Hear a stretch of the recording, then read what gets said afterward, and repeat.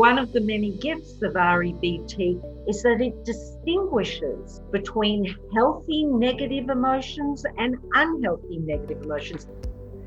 This episode was originally released under the podcast titled Teaching and Learning, Theory versus Practice. This rebooted episode has been migrated to Teaching and Leading with Dr. Amy and Dr. Joy. I am Dr. Amy Viaclia, Director of Educator Preparation. And I am Dr. Joy Patterson, Chief Diversity Officer. Our podcast addresses issues through the lens of diversity, equity, and inclusion, along with solutions for us to grow as educators. So join us on our journey to become better teachers and leaders. So let's get into it. Good morning, Dr. Amy. Good morning, Dr. Joy. How are you today? I'm good. How are you? Well, I have been really interested lately in different psychological, sociological impacts in the classroom and different kinds of ways to engage students with addressing emotions. I think this applies to teachers and I know. all educators. I was going to say the exact same thing as you were thinking about that. I was thinking about all professional educators. Do you recall a few months ago, we were reading a Padlet, which had contributions of hundreds of teachers. Most of the teachers were discussing their frustration and the lack of support. We know, we can be honest, in our profession, we have one of the highest burnout rates. We know that because it is a hard job. It's a very hard job.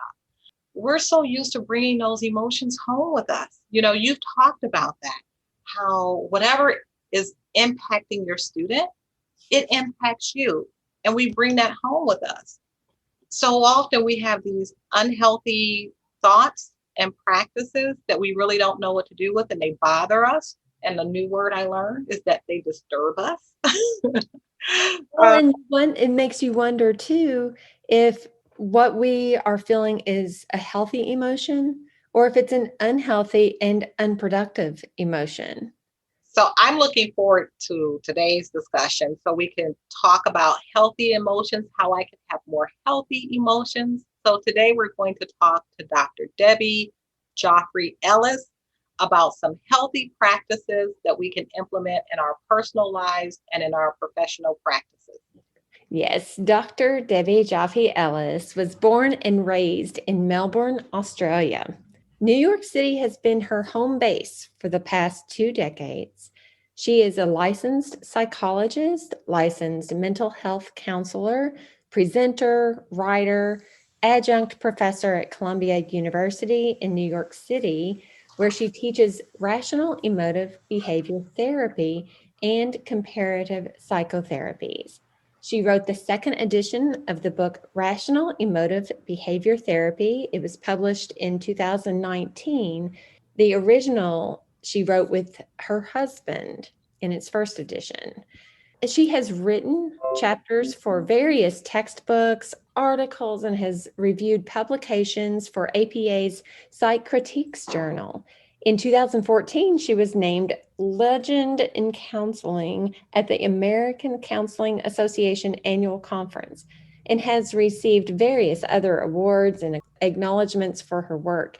She joyfully and passionately continues her mission of informing as many people as possible that each one of us has the power to create our emotional destinies despite, and including challenging circumstances. Welcome to our podcast, Dr. Debbie Joffe Ellis. Hi, Dr. Amy. Hi, Dr. Joy, and listeners or watchers. It's great to be with you. Hello, beautiful. How are you? I'm doing very well. Grateful for many blessings. Yes, you are my ray of sunshine, Dr. Ellis. You and your late husband, Dr. Albert Ellis, are rock stars. Oh, I like that photo. He's a handsome gentleman. Handsome, very handsome. Yeah. But you guys are rock stars in the field of psychology. Dr. Albert Ellis was often described as one of the most important thinkers of the past century. He was the founder of cognitive behavioral therapy, and he developed a groundbreaking approach to psychotherapy known as rational emotive behavior therapy, as Dr. Amy said, better known as REBT. You now continue this great work. Can you tell us more about what is REBT? With pleasure. Thank you. Yeah, so REBT, Rational Emotive Behavior Therapy, is the pioneering cognitive approach that heralded in the cognitive revolution in psychotherapy and really changed attitudes and thinking, not just in the world of therapy and psychology, surely that, but also attitudes, outdated attitudes, uncivil attitudes in society. You know, my late husband was one of very few who was very loud and vocal in the 1940s and 50s about the importance of equal rights for women, gay rights, the end to the illegality of interracial marriage in some states in the United States of America at that time. And so he was a voice of reason. He was a voice of rationality, imbued with compassion. And that is the flavor of the psychotherapeutic approach of rational emotive behavior therapy, which, by the way, isn't only an effective scientific evidence-based approach, but it's also a way of life for those people who want to apply it as such. So just to conclude this longer reply to your question, Dr. Joy, prior to my husband coming out with his approach, Sigmund Freud, Dr. Freud, and psychoanalysis dominated the world of psychotherapy. And that approach, and I'm not in any way saying there aren't positive genius elements within it, but there also are elements that my late husband said were just not efficient. It's long-term, it's not active directive, it doesn't teach people that we are responsible for creating our emotions, a lot of dwelling in the past and free association, which can provide some insights, but it doesn't help a person learn how to help themselves experience greater emotional and mental health and well-being and pleasure in life.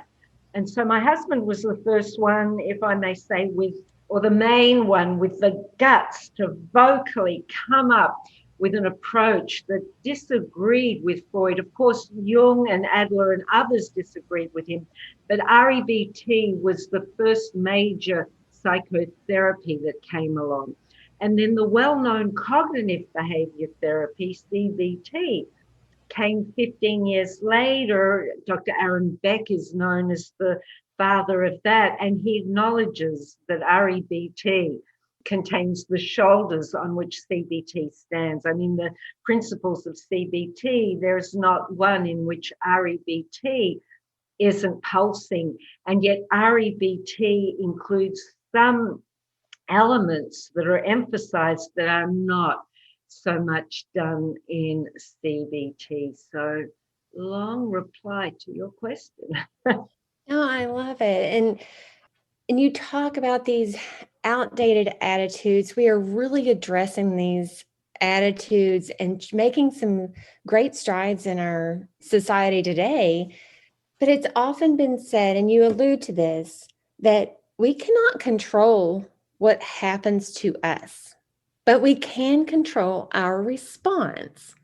Does REBT, or this way of life, you say it's a way of life. So can you tell us more about the kind of control, or maybe it's not the right word, that REBT can help us have? Sure, with pleasure. A great question. So there are some things in our lives that we can control. We often can control what we eat, whether we choose healthy food or not. We might be able to control the temperature in our own apartment or house. There are certain things. But there are a whole lot of things in life over which we don't have control. And if we don't accept that, and if we spend time ruminating on, I should be able to change this and control this, if in fact one can't. Again, some things we can, some things we can't. I wish right now I could end poverty all over the world. I can do my bit. I can find out organizations, I contribute whatever I can afford. If I am able to, I could go to a country and see what I can do in physical practical terms. But in all probability, as the one human I am right now, this week, I probably can't end world poverty. And so it doesn't get me anywhere to demand that I should. It's very healthy to desire to and do what I can. And now what you were getting at, Dr. Amy, is what can we control? We can control. We do create our emotional destiny if we know that we can and if we know how to. And that's what REBT, or one of the many things REBT teaches us, that it's not events that create the emotions that follow, but what we tell ourselves about the events that creates our emotions. And so when we choose to think in healthy, rational ways, in particular about things in life that are difficult, painful, traumatic, or challenging, when we choose a healthy attitude, then we will create healthy emotions. Healthy doesn't necessarily mean happy, but they're healthy, they're enriching, they can be motivating, and they're part of the tapestry of emotional life. The privilege, or one of the privileges of being a human, is that unless we're impaired or disturbed, we can experience a variety of emotions. And it's a wondrous thing.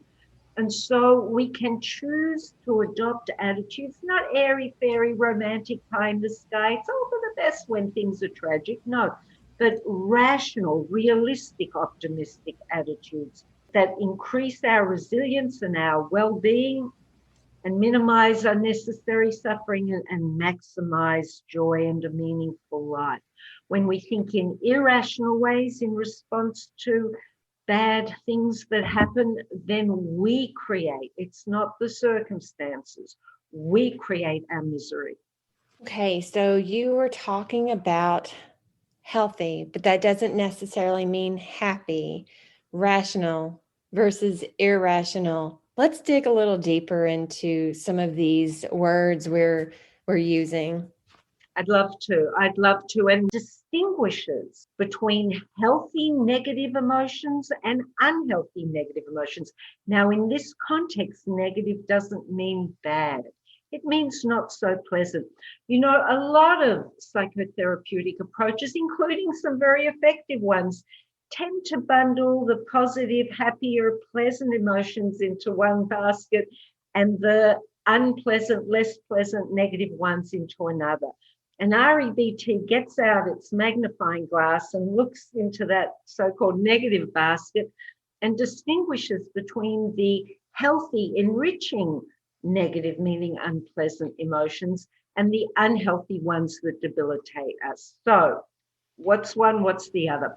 When we think in unhealthy, irrational ways, which I have a hunch, you may ask me to describe what's an irrational belief later. Yes. or sooner, but first the emotions. So when we think in irrational ways, the unhealthy negative emotions that we can tend to create include anxiety, panic, extreme fear, hopelessness, despondency, depression, rage, shame, and guilt. As I describe those words, I hope that your listeners can contemplate whether they experience those emotions and whether they actually enhance their lives or have a negative effect.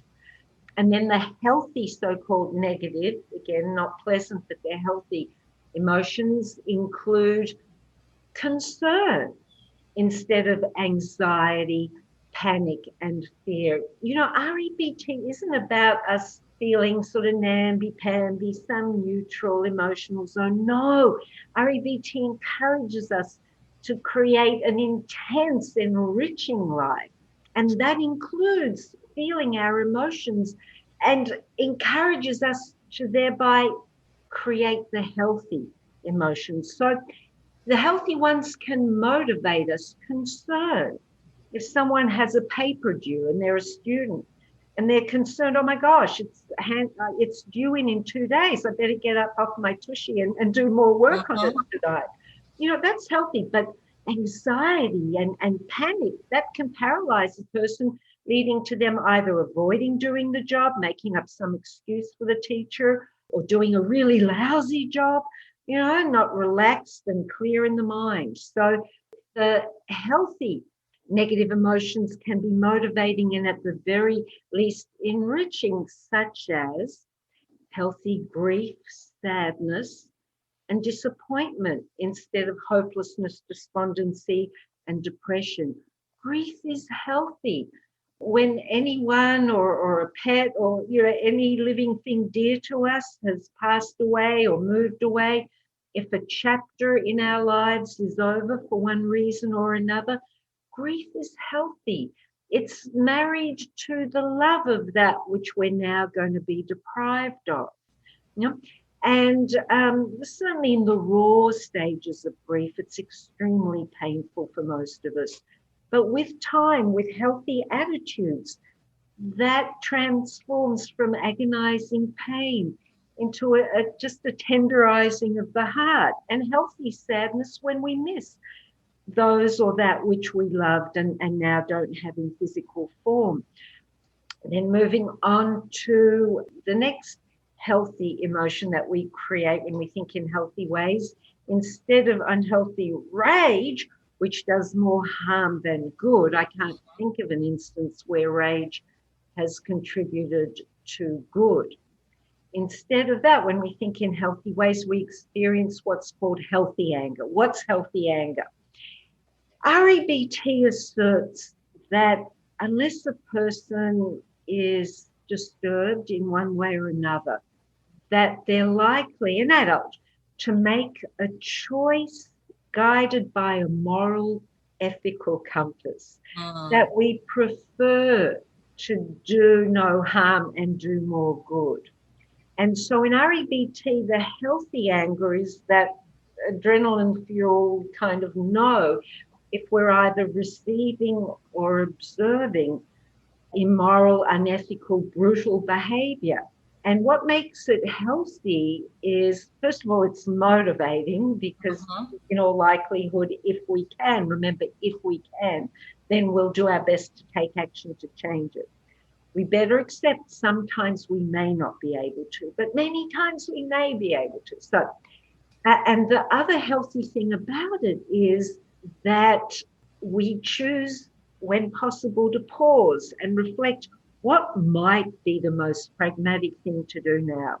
Speak to the person, run for the hills, call 911, do a workout, meditate. We have time to choose our behavior, both in relation to what stimulated the anger and in terms of for our well-being in enabling us to make better choices. So that's healthy anger. I hope as I'm continuing. Yes, I'm thinking through and I'm thinking of times that would draw us to protest, that would be a healthy anger, something that had such an emotional impact on you that made you angry that you had to react, but you strategized about how you would react and thought about how your contribution could impact the outcome. I'm getting this, and this is like therapy for me. And because sometimes it's just easier said than done, right? When we have these emotions and when things happen to us or we perceive that they are happening to us, right? But we have a lot of power, more than we think that we do.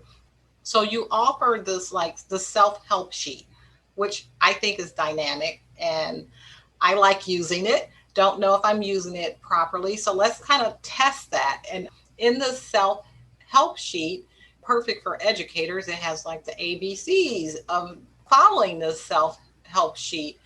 And first it talks about disturbing. of describing what you are disturbed about. Before we go any further, I just want to explore that word again when we talk about what's disturbing you.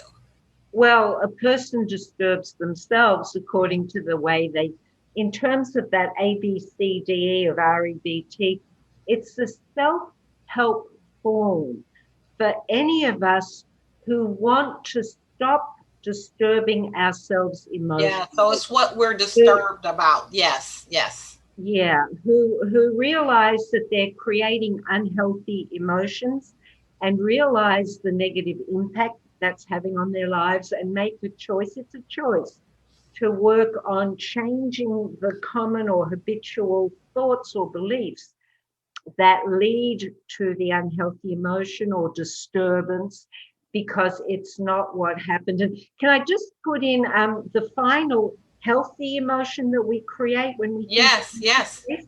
Instead of unhealthy shame and guilt, we experience regret. Because again, connected to our moral compass, it's important that we take responsibility if we've done things that were wrong or bad, and taking responsibility and regretting without putting ourselves and our worth down can help us to not repeat those things. So, in terms of the ABCDE form, for example, a person who might have been experiencing abysmal guilt and shame because they did a crime and it not only led to bad consequences for them, but their family suffered. And so they're feeling worthless and unforgivable and hopeless and shame and guilt, that would be a stimulus for a person who, first of all, knew that they had a choice. See, if we don't know it, if we're not aware we have a choice about creating our emotions and we don't know the tools, we can hardly be blamed for reacting in old habitual ways that we learned from observing others in our childhood and growing up act in those ways. Yeah. So in the ABCDE, in a way, what can kick it off, is recognizing I have this tendency to create an unhealthy emotion, a disturbance such as shame, guilt, rage, hopelessness, anxiety. And then the A stands for activating event or adversity, the thing that seemed to, though it didn't really, that seemed to create the unhealthy disturbance that we want to change. Yes. And I was describing maybe some what disturbed me. I wanted to talk about my feelings about teaching in a remote setting and the frustration that I felt, some anger that I felt, uselessness that I felt because students didn't have their cameras on. They were not engaged, and it was just really depressing. I felt times that an entire semester was being wasted, and it was disturbing. So I was trying to use the self-help to kind of guide me through that. And because I was feeling a sense of lack of purpose, and that I should have been good enough, I should have been creative enough. I think that I'm creative, I know how to use technology, I know how to motivate people. Why wasn't I able to do that? Why wasn't I able to navigate and flip the script quick enough to motivate them and to activate them into wanting to turn their cameras on and wanting to be engaged? So as you were describing those things, I heard a lot of irrational beliefs. And remember, REBT teaches us it's not the event. It's not those non-cooperative students that created, wow, a few unhealthy emotions for you, Dr. Joy, which we definitely want you to get rid of. It wasn't that, it was what you were telling yourself. And I heard a lot of futile and unnecessary and invalid self-blame. But perhaps now would be a good time for me to describe what makes a belief irrational, Yes. because it's the irrational beliefs that create the unhealthy emotion, right? Not what Yeah. happened. And rational beliefs will create a healthy emotion. So thank you for being so open to bring up an instance in your life, and hopefully this will shed light on different choices in attitudes that you can make going forward. So, if you're describing healthy, rational beliefs, in all probability about the situation that you've described, you would feel healthily sad and disappointed. I mean, if you felt happy or glad or you didn't care, it would indicate a lack of devotion to your work. And oh boy, is that not the fact for you?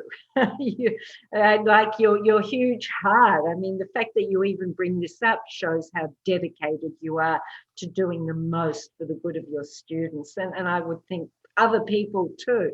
It's really helpful to know how to distinguish whether we're thinking irrationally or rationally. Here we go. When we think in irrational ways, we have shoulds. I heard you should on yourself.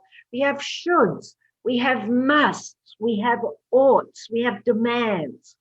We're very rigid in our thinking. We're very damning of ourselves or others or life if things don't go the way we think they should be going. We lack humor. We blow things out of perspective. We take life way too seriously, including serious events. We have low frustration tolerance, meaning we must have what we want when we want it. We tell ourselves we can't stand it when it isn't the way we think it should be right now.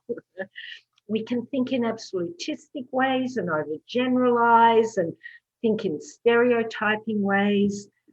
And any and all of these tendencies contribute to creating those unhealthy emotions. And when we think in healthy, rational ways, which would create healthy emotions, we don't demand, we have preferences. As I said before, REBT isn't about some neutral zone and being namby-pamby. No, it's important to have passionate goals and wishes and desires that in all likelihood, if we really, really want something or we don't get it, we'll probably make ourselves feel sad, disappointed. Yeah, it's healthy. That's healthy. It's motivating. But if it should be this way and it doesn't, we'll either end up feeling enraged or put ourselves down like you indicated you were, or feel frustrated, not life-enhancing nor helpful ways. So when we think in rational ways, it's the opposite to everything I described as irrational. We have preferences, wants, high frustration tolerance. We can stand what we don't like. We just don't like it. You better accept that. We have humor often. We keep things in perspective.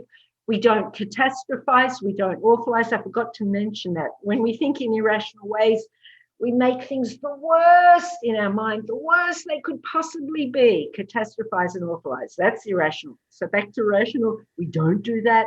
We don't overgeneralize or think in absolutistic ways or do stereotyping thinking.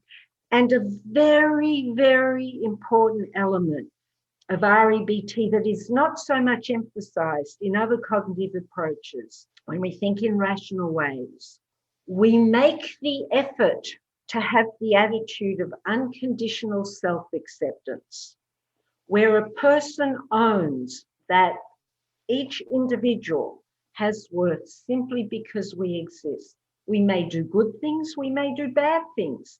REBT reminds us our worth is not defined by doing good or doing bad. We have worth because we exist, with a strive to do more good, of course. So unconditional self-acceptance, unconditional other acceptance. And this can be an effort, certainly, especially if we're working on unconditionally accepting someone who has acted in brutal ways. But it's possible there are enough examples of people who have done that and practiced forgiveness. I can give an example in a few moments if you like, and if there's time. So it's doable. If we don't do that, we create and hang on to hatred and rage and bitterness, which, by the way, the science of the mind-emotion-body connection is irrefutable. And when we experience on a regular basis rage and any of the other unhealthy emotions, it weakens our immune system and impacts our cardiovascular system and so much more. I'm talking about physically, medically. So if for no other reason, if we want to live a longer, healthier life, we better watch our thinking and the emotions that we create. Anyway, and finally, unconditional life acceptance, where it's healthy not to like tragic happenings in life, but we refuse to say all of life is, excuse me, I'm going to swear, all of life is shit because of this, this, and this. Because when we do that, we're forgetting another of the essential reminders of REBT. Every day, let's remember what we can be grateful for. That's not to deny the bad stuff. We can do both and. This is very bad what's going on. Oh, but I'm grateful I can still see and hear and taste and touch and move and do my best a day at a time. So anyway, I hope I've clarified well enough between irrational and rational, and it's the irrational thoughts that are getting you in trouble, getting any one of us in trouble if our goal is not to create disturbing emotions. And a few of the things, Dr. Joy, I remember that occurred to me as you spoke is you're putting yourself down, you're blaming you for the inactivity of others.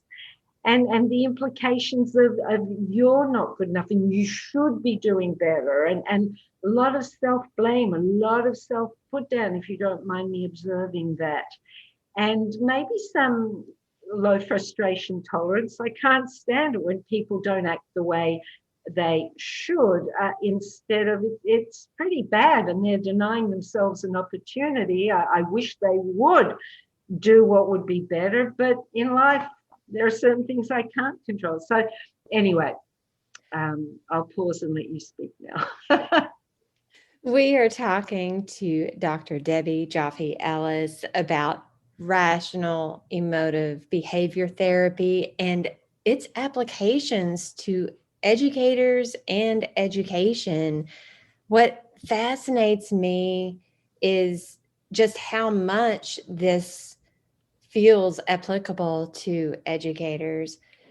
Educators often feel helpless working in systems that, just like Joy described, that might not function fairly, or they might not be able to meet students where they are. Maybe students aren't meeting us where we are.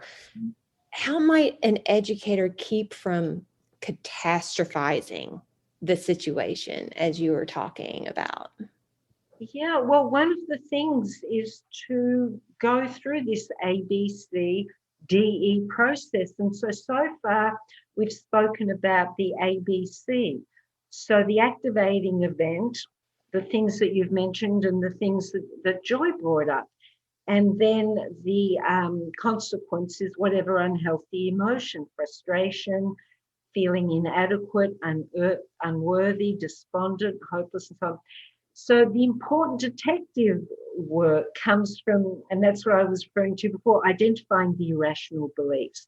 And so to answer your question, Amy, so what an educator can do to prevent catastrophizing and awfulizing and any other unhelpful tendencies is to write down specific irrational beliefs that they recognize that they're telling themselves. It shouldn't be this way. I can't stand it. Life should be fair. I shouldn't have to deal with this. And then the next important step is the D, which stands for disputing. And so if we want to stop believing something, since talking to very intelligent listeners, I have no doubt, the effective thing to do is to not only replace an unhelpful belief with a helpful one, of course that's a good thing, but to really get to the roots of things, to dispute all credibility out of the irrational belief, because we're less likely to repeat it if we don't believe it anymore, right? Instead of just, no, this is negative, let me think a positive thought. Right. So REBT teaches us how to do that, to question every irrational belief, Socratically, logically, and pragmatically, such as, where is it getting me to believe this? Is it helping or hurting? Where is the evidence for this? Does it really follow that even if it isn't fair, that I really can't stand it and accept that in life bad things sometimes happen? And so we dispute by questioning. And then finally, we come up with effective new rational beliefs or effective new philosophies. And they are follow-ons from the D. I can stand what I don't like. I just don't like it. I'm an individual doing the best she or he can, moment to moment. And if I make a mistake, it doesn't make me a mistake or a failure. I can learn and move on. And so we come up with these realistic, optimistic, encouraging statements. And then finally, what REBT reminds us is to create and maintain lasting change. In other words, changing old unhealthy ways of thinking and getting into the habit of healthy ways of thinking requires ongoing work and practice, work and Right. practice. It's like exercise. It's like physical exercise. Exactly. And so REBT recommends that for at least 30 days, we do some homework.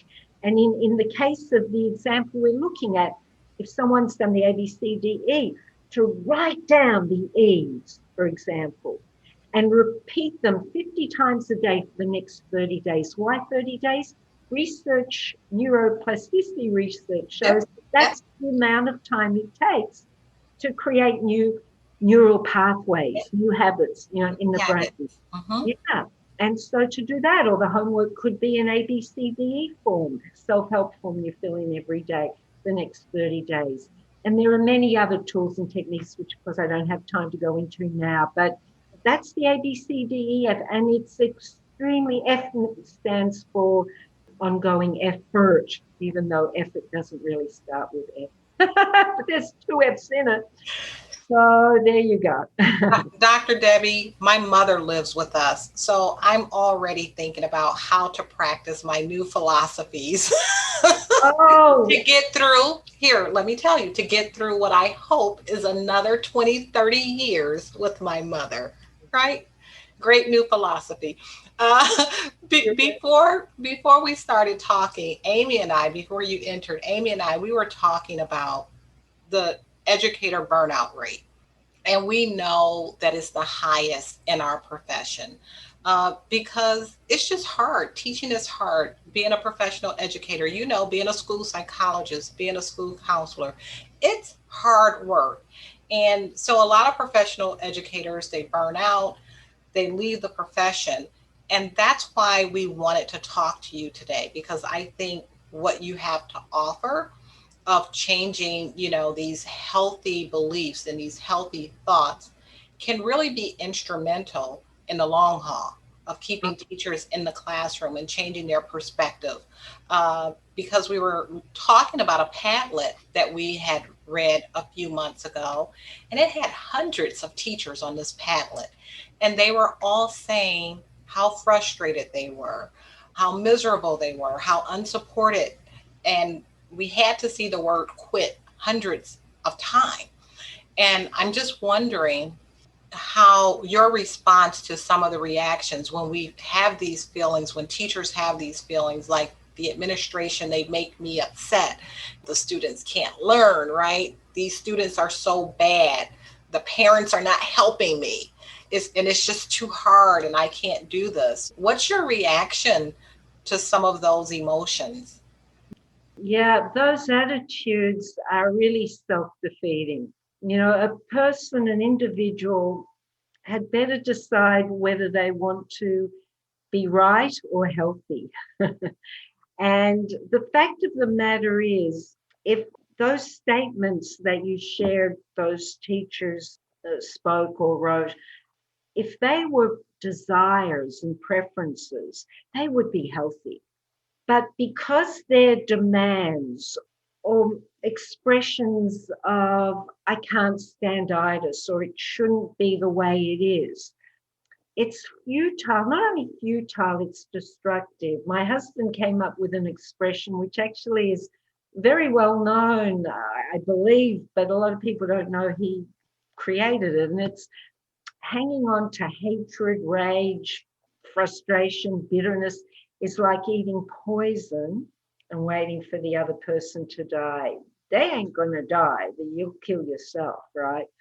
And so, what I would say to those teachers is, first of all, breathe and give yourself a break.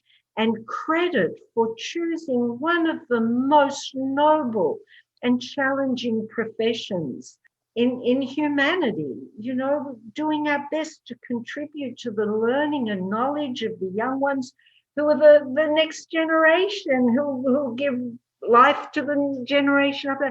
It's such an important profession, and it has many challenges and demands. So for those teachers who are putting themselves down because they think I should be able to change it and do more, it's not about not trying, but to accept that at the moment that they're contemplating this, it is the way it is. And then to face their low frustration tolerance, even though it's very valid to not like inefficiency and lack of justice. It's a moral imperative for those of us who want to be humans with much integrity.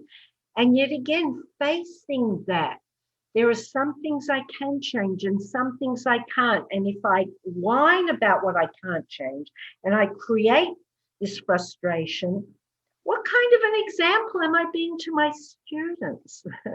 How about thinking about modeling healthy behavior to students authentically, how authentically to working on oneself in ways that include reminding oneself. Many things in life aren't fair. Let me do what I can to change what isn't fair and accept what for the moment I haven't been able to change. Let me do the best I can moment to moment. I can stand what I don't like. I just don't like it. Sure, it would be better if more students turned on their cameras and so on. But the fact that they don't says nothing about my worth or ability as a teacher. This self-blame, it says everything about their attitudes, and maybe, unfortunately, they don't have people around them to encourage them to act in ways that would help them more as students. And so one of the voices that you mentioned, I hear a lot of invalid self-blame. I'm not a good enough teacher if I can't make them do what I think they should, and what certainly would be to their benefit. So not making what others don't do or do be your fault. Owning what one can change, which is one's own behavior and attitude, and accepting what one can't, modeling healthy behavior for others authentically through applying it to oneself are some of my suggestions. We certainly can choose to be models of healthy thinking and behaviors for our students. You have provided such insights and such hope, actually, for all of us as we go into the classroom. We can validate that we have emotions that are negative, but it's okay. And they can be channeled in healthy ways to spur us on. And it has been so inspiring to listen to you talk about REBT, and I'm just thinking about all the ways that we can apply it as educators in our classroom. I'm excited. Dr. Debbie, you have dedicated yourself to sharing the life enhancing and inspiration approach to REBT with so many people. I'm happy that we've crossed paths. I'm happy that you've shared your husband with us, and your work will be forever part of my life. Thank you so much. Thank you, Dr. Joy and Dr. Amy. My pleasure, my privilege, and my thanks and respect to you, not only for the work you do in your regular jobs, so your irregular, but that you take the time and effort to create this podcast to help other people both in and outside of your profession. What noble work you do. And I take my figurative hat off to you in appreciation and respect. And thank you for inviting me to join you today. Thank you so much. And we hope to have future conversations with you. I know our podcast listeners will love the resources that you have provided, and they will be also available on our podcast notes. If I were to leave a final message for your listeners and you and me, it's let's remember daily gratitude. It just is invaluable in giving us a healthy perspective, especially when times are tough, as they are for many of us right now, for lots of reasons. But let's Mhm. enjoy the fact that we and only we have the power to create our inner climate, our own emotions. Let's do it and cherish this life. Thank you for listening to Teaching and Leading with Dr. Amy and Dr. Joy. Visit our website at govst.edu/teaching and leading podcast to see the show notes from this episode. We appreciate Governor State University's work behind the scenes to make publishing possible. Stay tuned for more episodes with Dr. Amy and Dr. Joy.